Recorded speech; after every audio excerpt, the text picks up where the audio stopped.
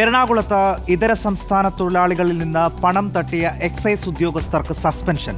സലീം യൂസഫ്, സിദ്ധാർത്ഥ് എന്നിവരെയാണ് സസ്പെൻഡ് ചെയ്തത്. പോലീസ് ചമഞ്ഞ 56,000 രൂപയും മൊബൈൽ ഫോണുകളുമാണ് 4-അംഗ സംഘം കവർന്നത്.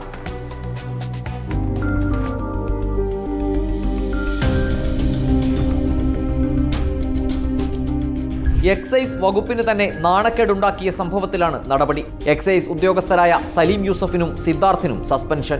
പോലീസ് ചമഞ്ഞാണ് എക്സൈസ് ഉദ്യോഗസ്ഥർ ഉൾപ്പെടുന്ന 4-അംഗ സംഘം ഇതര സംസ്ഥാനക്കാരുടെ ക്യാമ്പിൽ നിന്ന് 56,000 രൂപയും 4 മൊബൈൽ ഫോണുകളും തട്ടിയെടുത്തത്. സംഘത്തിൽ ഒരാൾ കൊലക്കേസ് പ്രതി. ഞായറാഴ്ച രാത്രി 12 മണിയോടെ വാഴക്കുളത്തെ ഇതര സംസ്ഥാനക്കാരുടെ ക്യാമ്പിൽ പോലീസ് എന്ന വ്യാജേനയാണ് പ്രതികൾ എത്തിയത്.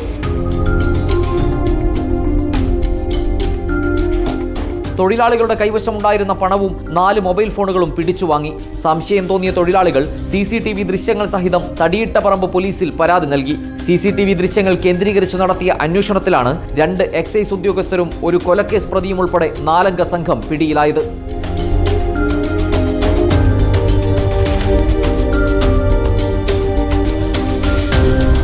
റിപ്പോർട്ടർ, കൊച്ചി.